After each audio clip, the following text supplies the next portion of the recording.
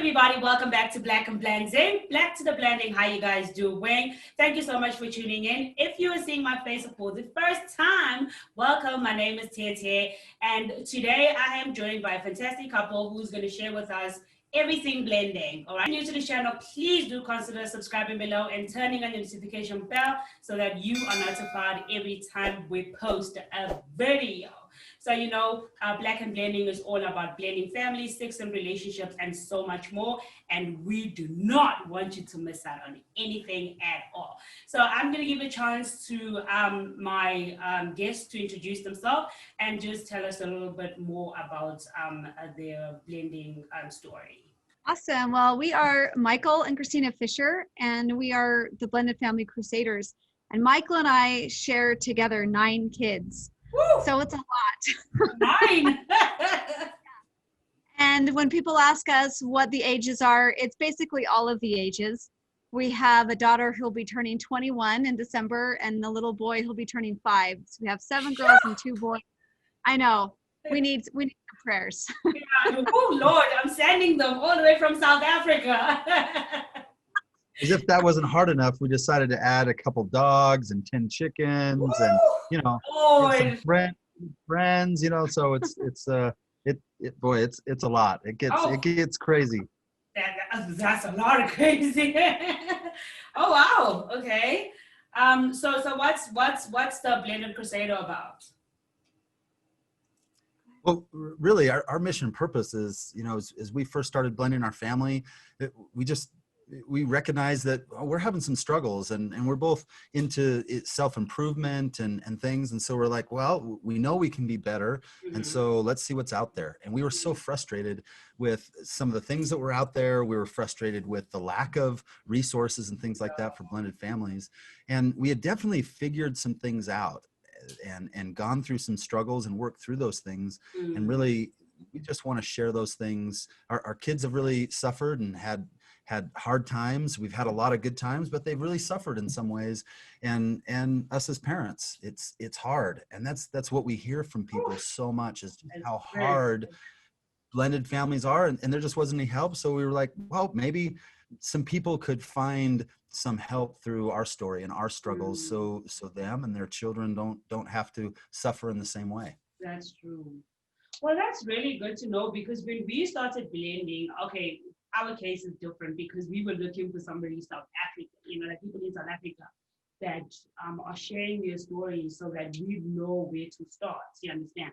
Because blended family, for me personally, I come from a family polygamous. My dad had 2 wives, and we all lived in one house, and there's like 9 of us at home, and I'm last born and stuff. So for me, in my head, it was always that, marriage, kids, happily ever after. But in my case, it didn't happen. I was in a relationship, I met up with this guy and I thought he was amazing, but it turned out he wasn't.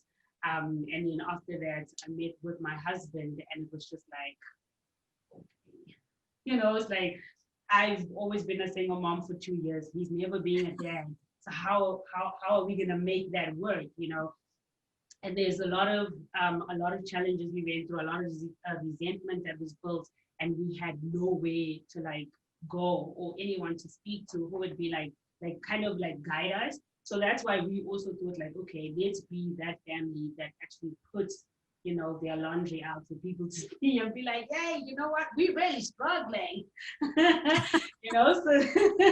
So that's how we started. And then I realized that, it actually would be nice to get other people to actually talk about stories about blending families so that people can see that there are successful blending families out there. Because if you go online, there's just a lot of angry step parents and angry, stepmoms, and people don't understand how a person can get to a point to type a message about how, this child made them feel. It's build up. It's not just something that just happens.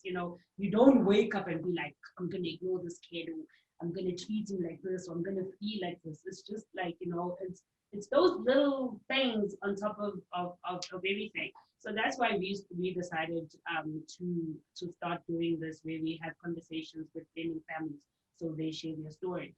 And what I like about you guys is the fact that you have 9 kids, so which means you guys have both been bio parents, and now you're bio parents and step parents in one scenario. So I just want to understand, like, from a biological parent, and is this your first time in a blending family? It is. It is ours. It is mine.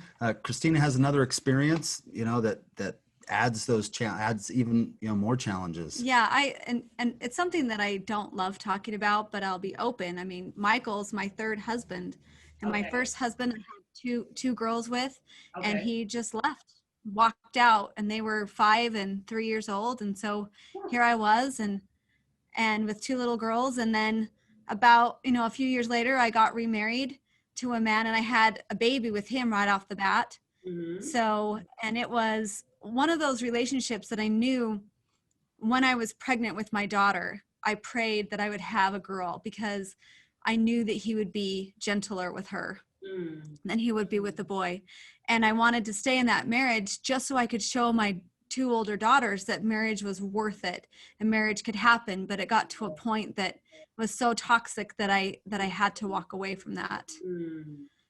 And so being a biological mom in that relationship, and he didn't have kids, so he was a new dad with 2 girls, and then having Sophie together, he had his daughter of his own, and so that was really hard. And now Michael and I have been together for a few years, and so it's a different perspective being a step parent than it is being a biological mom with a stepdad per se. And so I have, in all honesty, a greater perspective of my ex-husband, but it doesn't change the toxicity of that relationship, but I do have a greater understanding of that. And Michael has 6 kids, so I'm a stepmom to 6, and he's a stepdad to 3. So we both have some input. Yeah. And for Michael, how is it? Because this is your first time blending. So how is it for you being, like a stepdad? I think this is, and I think maybe you've even found the same thing. This is one of the difficulties with counseling with and helping blended families is there's such a huge variety of situations and problems and custody arrangements and just different challenges. Like no blended family is the same, yet there's many of the root, I think, problems and issues that are across the board very similar. Even as you were sharing your story, boy, the situation is totally different than ours. But I can immediately see some very root things. We all we think, not necessarily even think our way is the right way, but maybe even want to validate that our way is the right way or the best way, or we want to have like come back to our own normal. And so we want things to be normal as our kids saw it. And maybe another spouse is thinking, oh, normal as far as they saw it. Well, like undoubtedly one of your struggles was, man, I've been a single mom. Man, I already have enough negative self-talk about how I'm performing as a mother. And now this man comes along and he's seeing some things that I could improve on. I don't like that. I don't like hearing that. Yeah. And that's something very similar in all blended families. But it's also, I think, one of our greatest superpowers for improvement.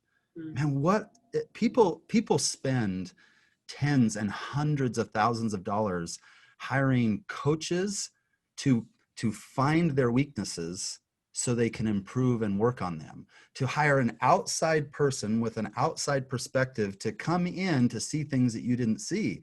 Athletes do it all the time, and just different people with job coaches and all these different things. But all of a sudden, when we have an outside person who we love come in and tell us, hey, you know what?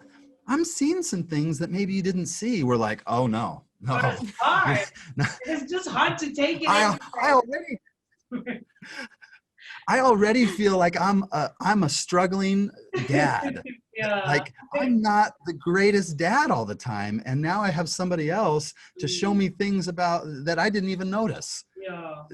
To almost, and it's all about that story and the meaning that we take from that. And so one of those transitions for us really has been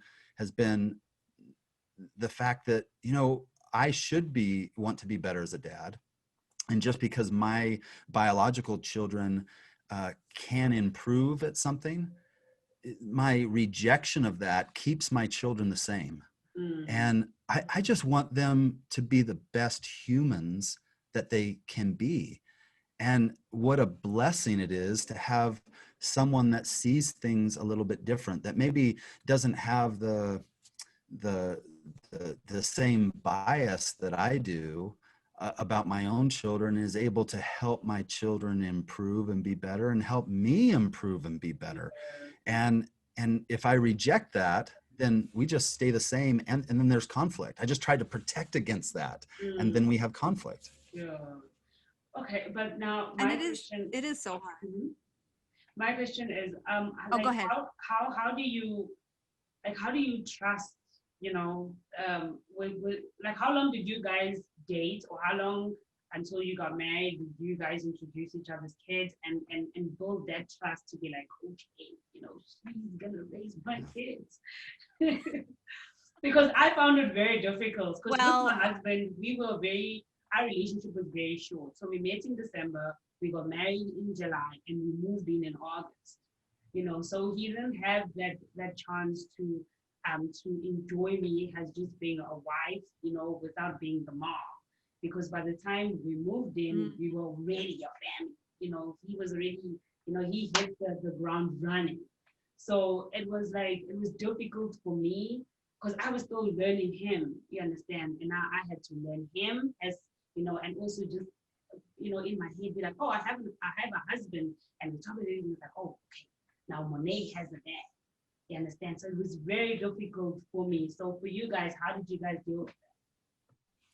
well, it's definitely not easy. And I think, you know, with a traditional or first marriage, you have time, or when there's not children involved, you have time to work on your relationship as a couple.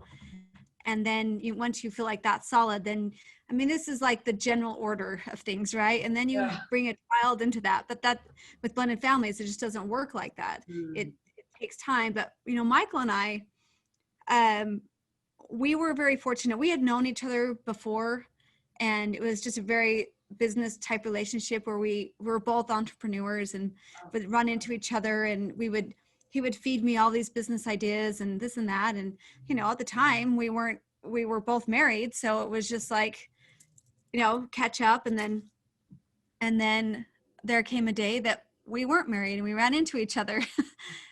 And so it was a business conversation. And then when we figured out that we were single, then it was business meeting over, and it was, let's go out. And so we knew right from day one that we had something amazing together.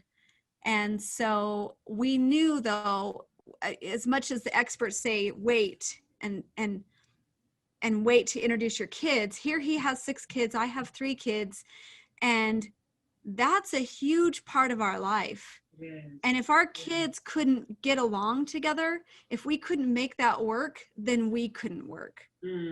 And so we introduced our kids very early on in the relationship, and we just met at a park. It was very casual. We played, we had fun, and it was like they had known each other for years. The kids just clicked at that moment. And in fact, I remember getting back into the car, and my daughter, who was 8 or 9 at the time, looked at me and she said, "Mom, we need to spend more time with them." Oh, and I knew that was, yeah. And I knew that was okay, I think that this is going to work. And so we tested a little bit without Michael and I holding hands or being lovey. We separated that. It was just, let's go to the park and just see what happens. And so, I mean, she is every bit as amazing of a person as she is beautiful. And like, that would have been horrible to fall deeply and madly in love with someone and then and then have our kids come together and have them just fight and hate each other, and how difficult that would be. And we see example after example out there where two people who love each other turn a blind eye and ignore the fact that there is major conflict for whatever reason, a variety of reasons. And so end up having difficulty in their relationship just because their kids couldn't get along, because they ignored that and didn't see that, or thought, oh, well, we can push through that and make it work because we've got love. We've got love with each other. And so, it doesn't help. So we did it quite a bit different than even the experts say. I'm just wanting to find out, like, how do you guys deal? I don't know if you guys dealt with that with, when it's called the stepmom outside syndrome. I think that's what it's called. Because I remember we also struggled with that. The people in the community would always kind of make my husband feel like he's not, like, no, you can't say that. You're not his dad. But forgetting that he's the one that put him to sleep. He's the one that, takes him to school when he needs to go to the doctor. He's the one that's always there. So just because the blood is not running through the veins doesn't mean it's not his father, because he's doing everything that a father does. And when he wakes up in the morning, that's the person, he calls dad. So for me, it upsets me, like, how dare you go and, tell my husband, that don't do this or stuff like that. Did you guys experience any of that where outsiders would come and, give their own comments and almost like put you in your place, like, I think my parents definitely resisted Michael, so that was family. they were like, oh no, here we go again. Yeah. And but I think being a outsider stepmom is something that you just have to, I think in your husband's case, he's like a full-time dad. Your son doesn't go to the other parent. And I think that makes a big difference. For us, like, my daughters go to their dad's house and their dads are very involved. So for Michael to come in, to my daughters, he's an outsider. And so they don't attach to him like his kids have attached to me. And there's a totally different relationship in that. But for me, being an outsider stepmom, I just have to remember that I am not their mom.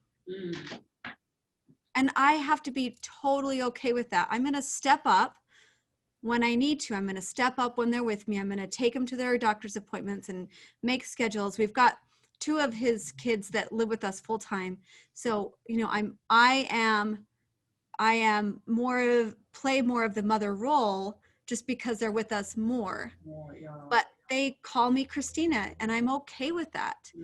And I just have to remember, well, they do have a mother, and I want them to have a relationship with their mother, because that's very important. I love my mom, and I would never want that relationship to be compromised, if that makes sense. Let me so I have ask to you a question, right? Let me ask you. Sure. So let's say you are in my situation where there is the other parent is not there, and you guys have been building this relationship or forming, you've been mom, like mothering these kids. Would you still be okay with them calling you by your name? For me, yes. And that's just a choice that I've made, because I have to just remember that in their time, that will happen. My 2 oldest daughters, when I married my second husband, their first stepdad, like, they started calling him dad. And then I could tell that they soon lost respect of that, and they just started calling him by his name. Oh, okay. Rather. Okay. And I think that when we pressure them to do those things, that it can make it really hard on the kids. And I believe that when that time will come, that time will come. And in certain circumstances, his kids will call me mom. And if that happens, I just cherish it and hold it in my heart. But at the same time, I have to respect that's okay. Yeah. I think one thing we have to really understand is that the concept of identity is learned. the concept of that dad means this and is defined in this way is blood and not time or role. That is a learned identity that we as adult humans pass on to children. We decide. The people in their life decide how they identify those words: mom, dad, mother, father, stepfather. And so I think it's left up to not only left up to each individual family to protect the culture of freedom, the freedom to express, for our children to express the things that they want to express. If they want to call you by your name and that's what they feel most comfortable with, we should have an environment of freedom that allows them to do that. And also to protect that culture from outside influences. And that can only be done by parents. That can only be done by you and your husband. If you, as a mother of your biological child, are okay to with him calling your husband dad, then you should protect any outside influence that would seek to jeopardize your family culture and the freedom that you want to create. To have someone from the outside come in and tell your child, well, you should be doing this. To read a book and allow some expert to decide how you should have your family culture is equally incorrect. You allow these things in, and so one of the greatest things that we have ever done in our family is just given permission in many different ways. Like Christina comes to my biological children and says, hey, it is totally okay. I know it sounds weird. It is totally okay. I give you permission as your stepmother to love your mom deeply. Me as a biological father, I might be not in a relationship with your mother anymore, but I absolutely 100% give you permission to love her. Those permissions to love another parent have done more to create an environment of freedom, of it, to express how they feel than anything else I think that we've done. So what would you say is your favorite thing about being a step parent? Oh, I think on a very basic level, so my youngest was 9, and I was when I was young, I wanted a big family, and because of my circumstances, I did. I just had to wait a long time, but I wanted a big family, and I remember feeling like 3 wasn't enough for me. And so to have children that are younger than Sophie was really a blessing, and to have a little toddler in the house again was just so much fun. But I love the personalities and the joy that they bring me, and I love the experiences that we've created together. I think by far, and it has made me honestly learn so much about myself. I have been challenged and tested in so many ways that I've had to constantly just be better, be more patient, be more loving, be more understanding, be more compassionate. All of those things I've had to have more of. Boy, I think my favorite thing about being a step parent is actually watching this step parent. I think that's my favorite. Like the exposure that my children have had to new ideas has been really amazing to watch, and I think that's pretty amazing. But for me personally, I think it's best related like in a story. So I coach wrestling, like Olympic type freestyle and Greco-Roman wrestling. And I was approached by a parent one day who had 2 children that wrestled for me, and I went to one child and I treated him one way, and I was just really mellow and said, hey, you might want to think about doing this different. And then I went from from one match to another, and I was yelling at them, and you do this and you do it right now. And their dad pulled me aside and was like, how do you do that? This child responds that exact way, and this child responds that exact way.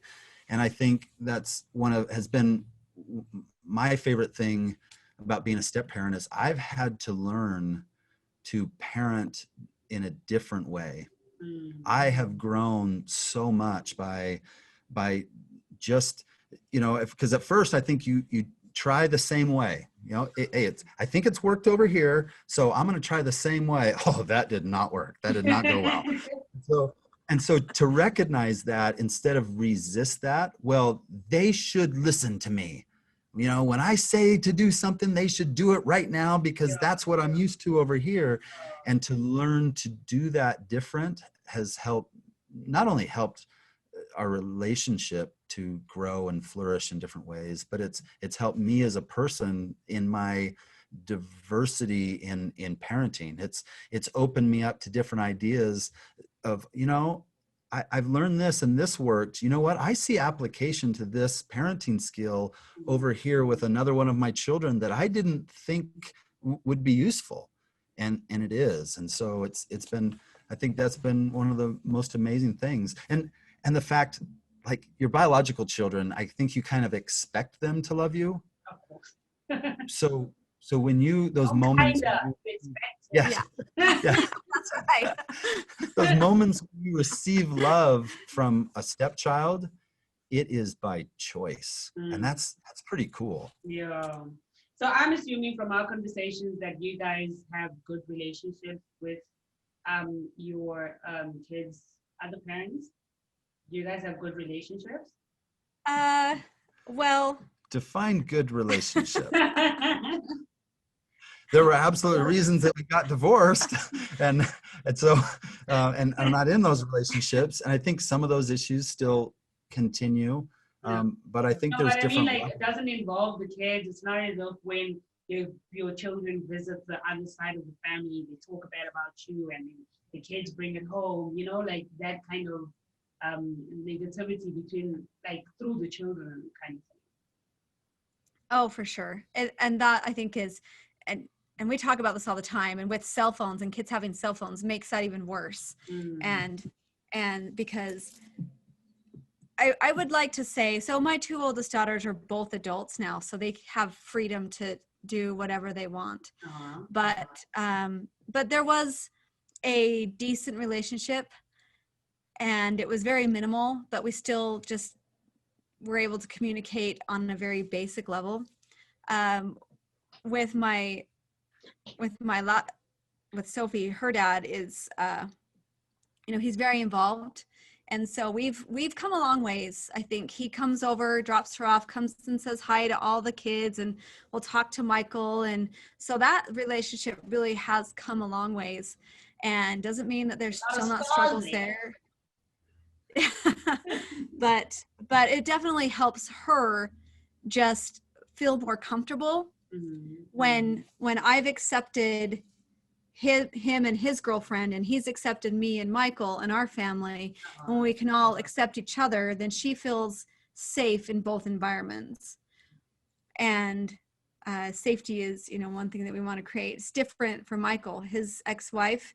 It is those problems. I mean, it is a constant challenge when the kids come back, and you have a 4-year-old saying things that they wouldn't normally say, that mom's saying, and this and that, and it's heartbreaking, truthfully. Yeah, kids will follow love and acceptance, and that's the reality. And in high conflict situations, they will follow where they feel they can be loved and accepted. And so even though we've created an environment of acceptance of the other parent and things like that, it creates another challenge when a different environment does not have that love and acceptance. That if you choose this other parent, there won't be that love is conditional. Well, a lot of parents have a hard time when children still choose that environment. And they choose that environment because I want to salvage this relationship over here, because I know that these relationships over here won't be in jeopardy, even if I choose this other thing over here. And so it's really difficult to stay, I guess, conscious of that. You know, I think our daughter and her graduation probably is one of the greatest examples of the importance of good co-parenting relationships. So our daughter graduates, and for the first time, she saw her father and her stepfather talking and laughing and talking about what's best for her. And on the way home, he made one comment, and that was, "Michael seems like a good guy." That's it. And our relationship totally changed from that day. And that's all that was ever spoken of me, about me, anything like that. And then at that same event, our other daughter sees her dad and myself playing a game together and having a good time. All of a sudden, they're okay with each other. And that relationship totally changed. And it wasn't very much, it wasn't very hard, but it just really taught me just how important those co-parenting relationships are, and just having permission to even like or love another person. And I'm sure it must be difficult. I mean, you guys must have had a difficult road to get to a point where you guys are. It wasn't obviously just overnight, like, hey, Michael, come over for a beer. Definitely. I mean, there was a lot of arguments and all of that. But how do you keep pushing? Like, what keeps you going? Is it the love you have for your partner? Is it the need for being in these kids' life because they need a male or a female role model? What is it that just keeps you going? I think that this really comes down to the root of what we are about, because we really are on a mission to save marriages and to show our children that you can be in a healthy relationship and you can be happy, and that families are, at the end of the day, everything that you have. And so as hard as it's going to be, and as hard as the co-parenting can be, and the arguments with the other parent and the outside people saying whatever they're going to say, talking trash and all of those things, and our kids, even, they've been put in situations where they've been called out, oh, well, your parents have done this, and you guys, and all of that coming in.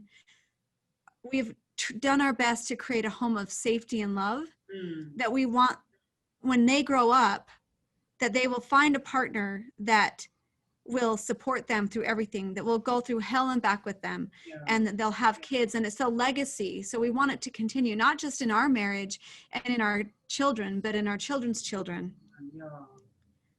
And so that's what motivates us, is something that's greater than just us. Because if it was just about us, that's when things get argumentative and confrontational. But when we focus in the future and think of what our long-term vision is, it makes those decisions easy to make. Maybe not easy, but worth it. Yeah, I think what a tragedy if our children were left with the meanings to the experiences that they have, that they formed themselves. You get divorced, and the meaning to a child is relationships don't last. That's what that means. It means that good things, love is temporary, that it goes away, that safety is gone, that, all of these things. One of our greatest roles as a parent is to help our children reframe the meanings that they're attaching to the experiences that they're having. We just had a conversation with one of my daughters today just about how important it is to help her siblings to find different meanings. One of our daughters really struggles in school, and she's talked about how embarrassing it is to look across the classroom and to see that she's the last one still trying to finish this work. Everyone else is done. And that when all the kids at home are done with their homework, she's the last one still working on it. Yeah. And the meaning that she begins to formulate in her own mind is, I'm not smart. And just the simple comments of, oh my gosh, do you see? You know, you are still working. Everyone else, they're not working on schoolwork. You are working harder than anyone else. Oh, you know what? I am. You know, that hard work, that's going to pay off. Yeah. All of a sudden she goes to school, she sees everybody is done, and she goes, I'm going to be so much smarter than them. Oh my God, I am working so much harder than anyone in this room, right? And what a tragedy if we don't communicate as a couple, because if we don't communicate, then, and we get in an argument, she's left to the meanings that she attaches, I'm left to the meanings that I attach. But if we communicate, most often, like, we go, oh, yeah, I had no idea I made you feel like that. Yeah. That's not what I was seeing. Like, and we hand them a new meaning, and they hand us a new meaning to that experience. And, you know, what helps us push through is the fact that our children still attach negative meanings to some of their experiences. And man, we keep pushing to help reframe that in their minds, so they don't leave us and think relationships don't work. Parents, all they do is fight. They should treat their children this way. They should, you know, it's about which parent is better. Yeah. What a tragedy if that's the meaning that they leave us with. So, you know, at the beginning of our marriage, like I said, I've been a single mom. You know, my son never met his dad, you know, so he doesn't even remember anything. The only memories he has is of the memories of my husband being his father, you know. So my biggest, I can't actually say my biggest fear, but it's just like, I like, okay, let's just put it as my biggest fear. My biggest fear is sitting him down one day and telling him that, listen, this is not actually, you know, your biological father, and telling him that story. I feel like, I don't know, I feel like it's not just gonna break his little heart, it's gonna break his entire world, you know. But what I, at the back of my mind, something that gives me comfort is the fact that he's not actually lacking anything, you understand, because he does get the affection of a father, he does get, you know, like, the experience of having a father in his life and everything of that sort. But what I'm basically trying to ask you guys is, if, for example, I had to say, okay, like, how do you tell a child about his dead with dad? And at what age would you suggest it would be okay to kind of have that conversation with him? Oh, that's a loaded question. Yeah. I think one of the things that we hope to pass on to everyone as much as possible is that they already know the answers, that every one of us, we are the experts of our own life and our own family. You know, together as a couple, you know, I'm the expert of me, she's the expert of her, we are the expert of our relationship and our family. Yeah. And we get these outside influences to kind of tell us what to think and what's right and what's wrong, when in reality, we already know that. We can feel what's right. We can feel when is right, and in what way to communicate that is right. We stay open to other people's ideas. And when we feel that when something feels right, it is. You know, there's you know, there's families that share stories of feeling like they need to go abroad and take their family abroad and pull them out of school and homeschool them and travel around the country. Everyone tells them that's crazy. Those that did it, it's the best thing that's ever happened to their family. And I think we as parents, we allow outside influences to dictate what we should do, when we should do it. And we already know, we know what's best for our family. We just lack the courage to do something different if it is different. But those different things, those are the right things. It was, even though the experts said, don't introduce your children until later in your relationship, if we would have listened to that, I don't think things would have ended any different, but necessarily, but it was a great thing for us to do. It was really important. It was the best thing for us to do, and we knew it. And luckily in that moment, we had the courage to do it. And so all I would say to that is, you'll know when, and you'll know how, and I just challenge you to have the courage to do it, because it will be the right thing. I feel the heaviness. Like I not that I have something like that to tell my children, but I can feel and sense that in you, and how scary that is. If you're worried about destroying his whole world, you know, it's like telling your kids that you're getting a divorce. You know, it's going to impact the rest of their life, but knowing how to gently say how your husband has been his father. And just because they don't share that blood doesn't mean that there's any less love. And it's just, you know, your husband's a good man for taking on that, for loving you and for loving your son. And that's pretty remarkable. So yeah, he's amazing. I'm a lot of it. And he can handle that. So like, okay, I have a lot of my friends are also becoming stepmoms, and for me, I can't answer most of the questions because I'm not a stepmom. But most of the stuff that a lot of them have been like struggling with is disrespectful kids. And not only disrespectful kids, but also bio parents who do not support the step parents. So it's almost as if you are fighting a battle with yourself, you know, because I mean, you staying at home, you're taking care of the kid, you know, the husband or the wife's at work or whatever, and then you come back at the end of the day and you say, you know what, today your kid did this and your kid did that, and then the dad is just, or the mom is just like, oh, no, he's just a kid, you know, he was in a different environment before he joined us, so you just need to give time, or you know, stuff like that.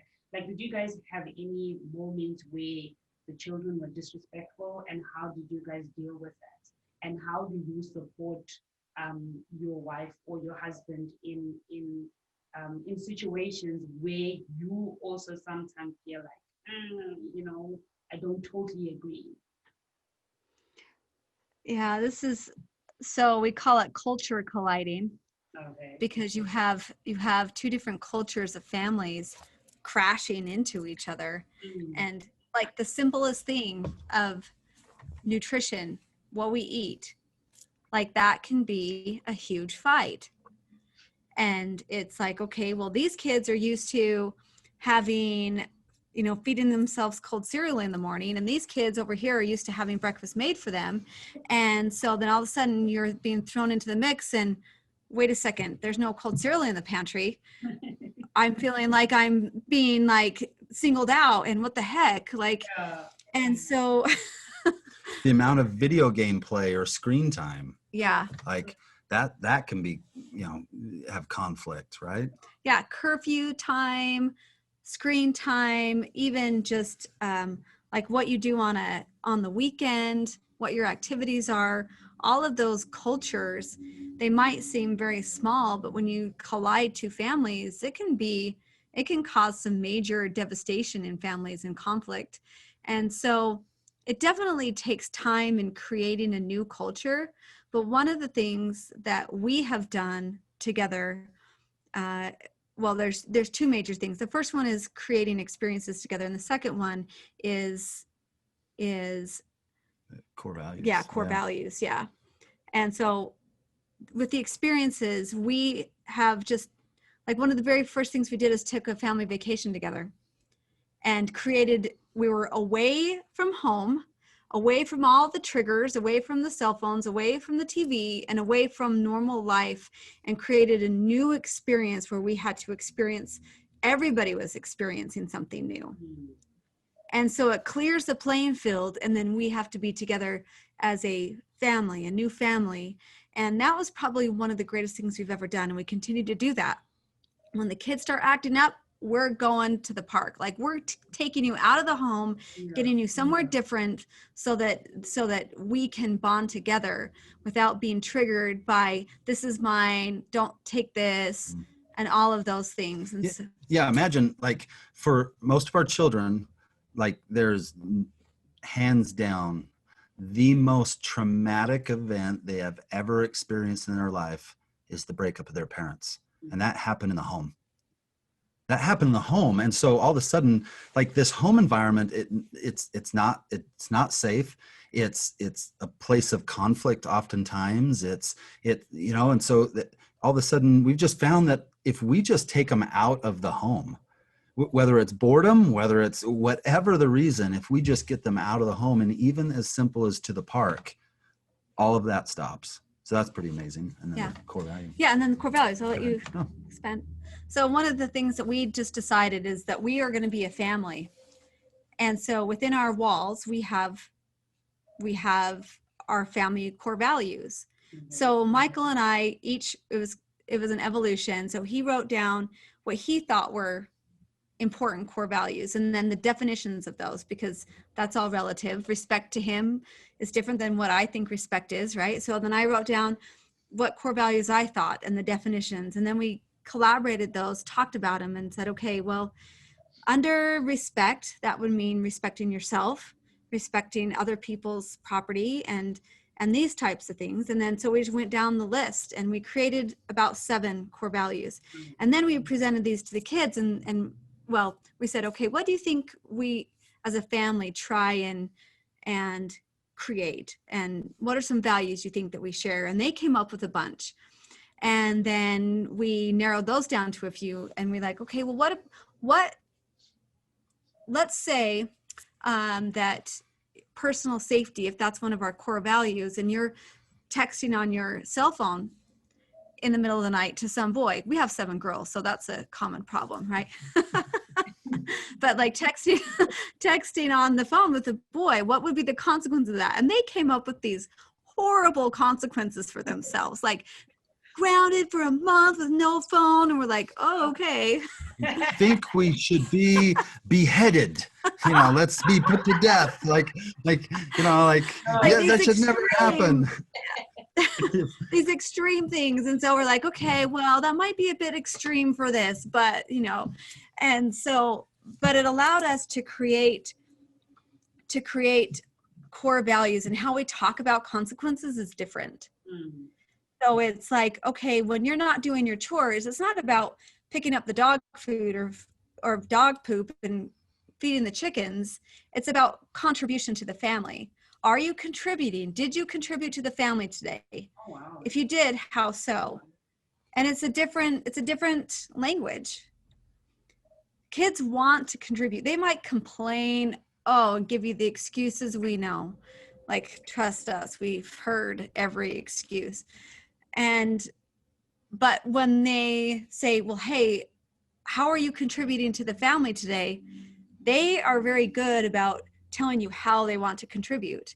And that also makes it kind of fun, because some kids, we have one that likes to pick up dog poop and feed the chickens, and the other kids don't. We have one that doesn't mind mowing the lawn or taking out the trash. And so we've just kind of collaborated on that and have created a culture of core values rather than it's this way or this way. And then when they go to the other parent's house, depending on your relationship, hopefully you can discuss that with the co-parent. It doesn't, most of the time doesn't work out that way, but they know, at least when they come to our house, this is how it is. And there's safety in that. There really is. As much as we think, like, I think a common thing is our children, if you have bio kids, you want to protect them from being hurt because they've already been through a divorce. Both parents can feel like that. And so by adding chores and responsibilities, oh, how dare we burden our children? But the opposite is actually true. They are in desperate need of rules and safety and just being an actual contribution to a family. My Yeah, you husband know, needs to so you be talk here. about like the respect issue and things like that. No, my husband needs to be here so you can see how What was that? He needs to learn. Well, you can show it to him later. Yes, he needs We'd to love, learn. hey, if you want me to fly there, if you want me to fly there and take him by the shirt and say, listen up, Yes, like please. I'm there. We'd love to go to South Africa. That's right. Like, you know, as much as I love her and as much as I chose her as a companion for myself, like I think most people could relate that we chose the companion that we did because we saw something in them that we knew our children needed. What a tragedy if I take that from her. If I take that from my children, if I don't allow her to parent freely as I was attracted to her because of those things, all of a sudden now I'm eliminating her ability to help my children and to provide those things that I saw in her that I knew that she could provide. Like what a tragedy if that happens. I think most often for women, let's be honest. So hopefully this provides a different meaning, and very, very, like most often for men, we both struggle with the same thing. And we manifest those things in different ways. We all struggle with the feeling of not being enough, not being good enough, not being a good enough wife, not being a good enough dad, not being good enough in so many. I'm not attractive enough. I'm not this enough. I'm not enough. I'm not enough. And we're bombarded with all these things, and we begin to see those things. And I hope not that it excuses it, but when we come home and the companion that we love and chose presents us with the fact that our children are being disrespectful, like from the outside looking in, there really is no excuse for that. There's no excuse for disrespecting the woman that I love. So why do we do it? Why do we make excuses? Why do we, and hopefully that shift in mindset and meaning on the one side who's not being listened to or validated, just knowing that it's because they're not feeling that they were good enough as a father, or as a mother, or whatever the situation presents, to teach their children to be better, to teach their children to do the right thing. And so it's not, I'm being disrespected, it's, I'm not a good enough dad. But we then perpetuate that, and we make excuses for our kids. And then we do exactly the thing that we fear. We are not being a good dad, to allow behavior that is inexcusable. There is no excuse for disrespecting my sweet wife. There is not an excuse. I don't care what the circumstances. It doesn't matter if she yelled. It doesn't matter what names she called. Not that she ever calls names or anything, but like it doesn't matter. You do not respect this person in our home. And there is no excuse for that. Despite how I might feel like a dad, all of a sudden, I really am showing up as a good dad. The only thing we should want as fathers and mothers for our children is to be their best. And when they're showing up as their best, and you fail to assist in correcting that behavior, you excuse it, you are only protecting yourself. You are only protecting yourself. You are selfish. Care more about yourself than you do your children in those moments. Or else you would show up and say, you know what? You're right.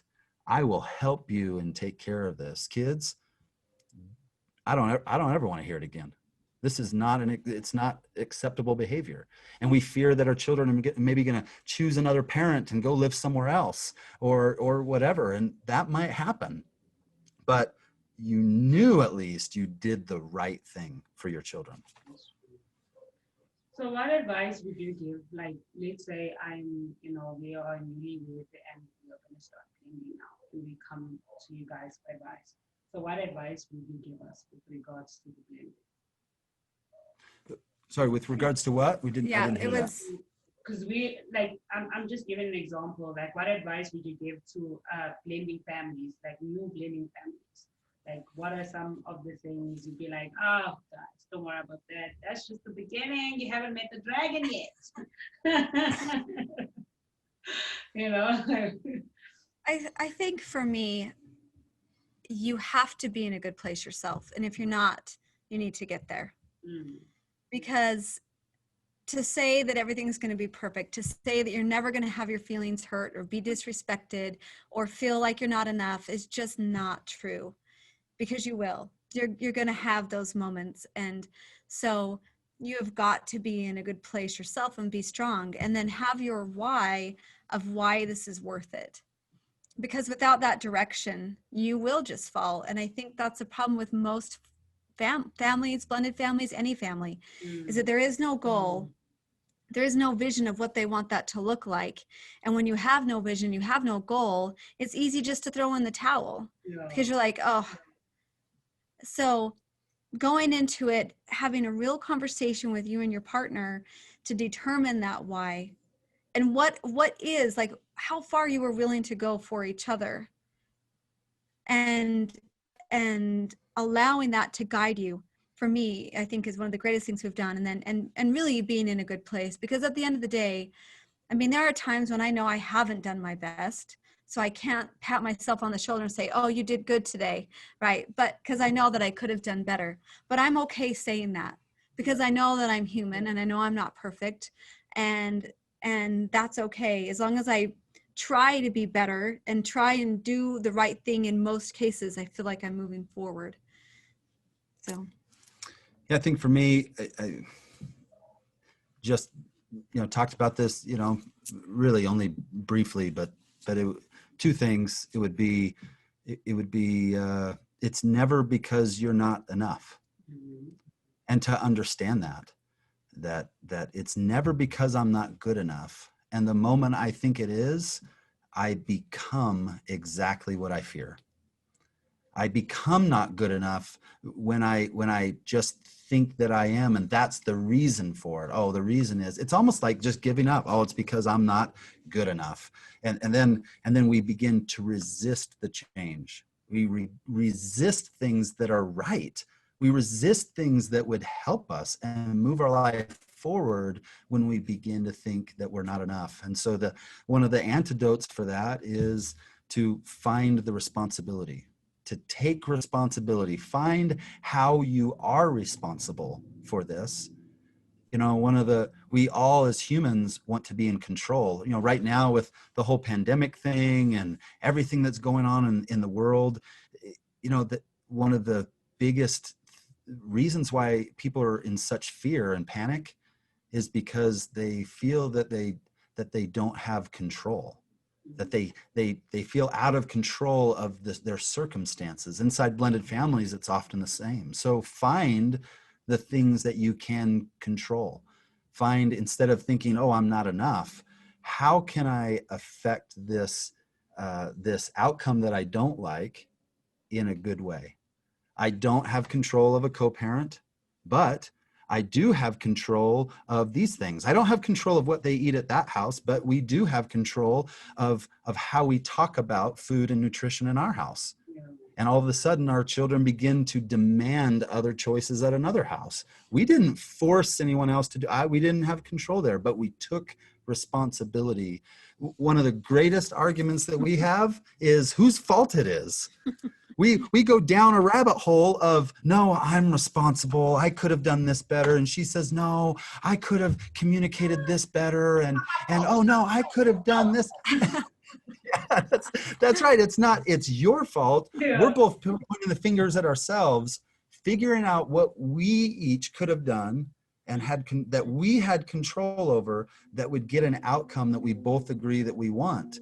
There's no argument about it. There's only each of us recognizing our role in an outcome we didn't want and figuring out ways that we could have improved the situation. And it, just like she said, it can only be done from a good place. It can be only be done from accepting that we are good enough, but we can be better. As Ed Milet says, it's we are blissfully dissatisfied. We are happy and content in this moment about where we are, but understand that we can improve and be better. And so we find the things that we have control of and take responsibility for those things. If I'm having a bad relationship with my stepdaughter, what can I control? I can control how I speak to her. I can control how often I serve her. I can control how often I do something kind for her or notice how well she's doing at a particular thing. I have control over that, and I can improve there. And so finding those things we have control over. So I read a lot of listen to a lot of podcasts and read a lot on the internet, and I think there's I can't remember the website, but it's the website about where step parents go and hint and whatever. And I think I started reading there like 6 months in my marriage. And the one night I couldn't sleep. I'm like, oh Lord, let me pack my bags and get out of here. Blending is not for me. Because it was just like when I was reading on that website, it was just a lot of almost like, step parents who they try their best, to be part of these kids' life. They give, their time, their love, whatever it is they can give, and it all just get thrown back in their face. So they just bitter, they've just reached the point where they're just tired, but they're in love, and I don't know what keeps them going, but they keep going. And it got me thinking, like, why is it that step parents always feel like they come up short? Like, why is it so difficult? Like you guys are saying that you yourself have to be, you have to know that whatever it is you're doing, wherever you are, or you as a person, you are enough, before you go and become a step parent. But if, let's say, you already know you're enough, and then you get into a position where you can't control like 80% of it, and you can only control 20%, and you are at the bottom, how do you, is there a way, where you can just dust it up and be like, I can still push on? Or when do you know to cut it? Well, I think that that's so hard. And I think that there's days that you feel like that, where you feel like, man, this is way harder than I thought. To make the decision whether to cut it or not, I mean, that again is on everyone's own individual and personal type relationship. That's where I was in my second marriage. When did I cut that off? And for me, it came down to the mental health and really physical health of my daughters. And that's what it got to. But at the same time, I think we talk about gratitude a lot, and we think of gratitude as something that you give. And so step parents giving, and they're expecting the same amount of give back. And even in your biological kids, until they become adults and parents, you're probably not going to hear them say, oh, mom or dad, I totally get why you did this. Yeah. And yet we expect that from our stepkids. And we don't really expect that from our biological kids. And there's a difference. Like our biological kids, we know that they love us because they have been around their whole life. Our stepkids, this is new. And so we haven't built that time and that relationship of love and trust. And so yet we give and we give and we expect the same back. But I always think of it like going shopping for a loved one, and you spend all this time thinking about the gift and trying to make it perfect, and you can give this gift to this person and they have a choice. They can receive it and be super excited and or they can be like, meh, that's nice, and how that makes you feel inside. And that's how step parents feel, right?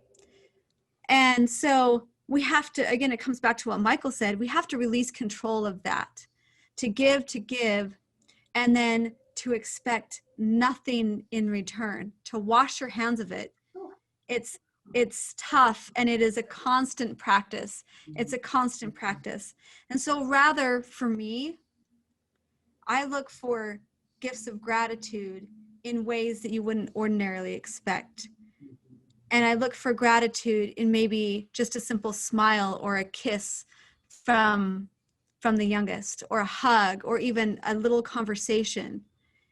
I look for those gifts back in just ways that not in a thank you for doing this, but even just having a positive moment with that child, because they're on their own time frame.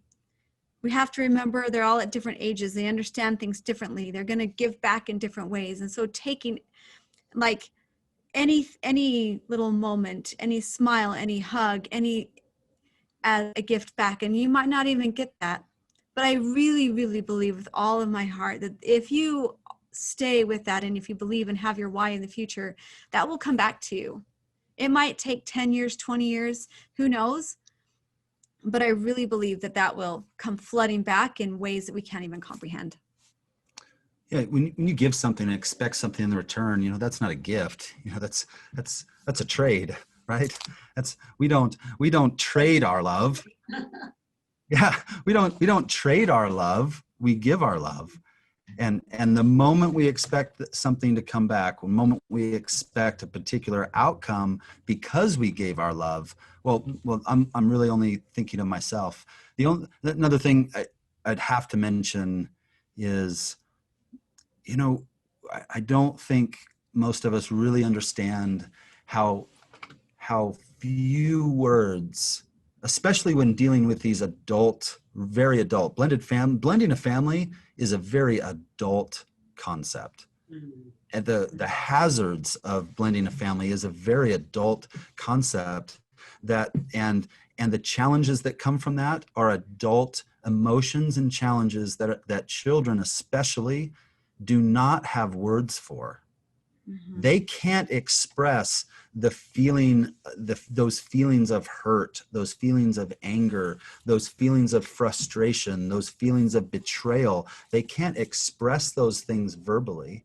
A 4-year-old doesn't say, you know, I'm feeling very abandoned today, right? Like they start yelling and screaming or crying or tugging on their mom or bugging their brother or sister when they're not feeling that they're getting attention. They express those things in their actions and behavior. And so understanding and constantly questioning, okay, what are the emotions? What are the things that they can't verbally express that they might be trying to express here? You know, we see often, even in our own children, that there's a lag time in transferring and exchanging between two parents. There's a moment where there's some behavior that is uncommon and we don't understand, wait, this is out of character. Why are they behaving like this? And it's very easy to go, you know, what are you doing, right? Rather than have understanding, compassion and talking about emotions. Hey, this behavior isn't really normal. Like, what feelings and frustrations might you be having right now? Like, what's going on that would cause you to, and then it opens discussion and helps them to find words and connection between the behavior and how they're feeling.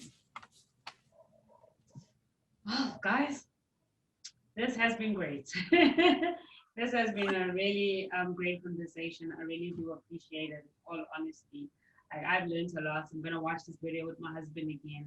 You know, how long have you guys been blending for? Boy, under 3 years. Yeah. Wow. Yeah. Lord. That's why you guys both still have your hair. I'm joking. I'm joking. Yeah, but yeah, thank you so much. I really do appreciate, you know, having this conversation. And I hope that from this, you know, a lot of people can learn more on how to tackle situations, and also just have, you know, somewhere where they can go to when they have difficulties. So I'm gonna link. You guys have a podcast, right? We do, yes. Yeah, it's just the just Blended Family Crusaders. I Yeah, tried Blended Family Chris. I clicked on your thing and I was confused. I was a bit confused. Okay, am I on the right page? Because I was trying to look for similar like faces that I see on Instagram and I didn't see any of them. Okay, I'm on the wrong page. Oh, okay. Well, that's good to know. That's Yeah. good to know. We'll try and fix that. Yeah, Blended Family Crusaders, just on all the platforms, Facebook, Instagram. I think we even have a TikTok out there, and then the podcast. All TikToking. right. Okay. Yeah. So I'm gonna put all the links in the description below so people can check it out. But I would really appreciate a part 2 with my husband. It's just that today he's not feeling so good, so that's why he was unable to join us. But yeah, I think I've taken up enough of your time. And plus, in all honesty, it's my bedtime. It's really late in South Africa.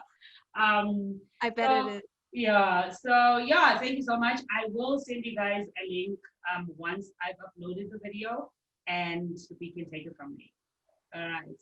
But Wonderful. It's been so a pleasure. yes, Thank you you so so much. much. Thank you. Bye.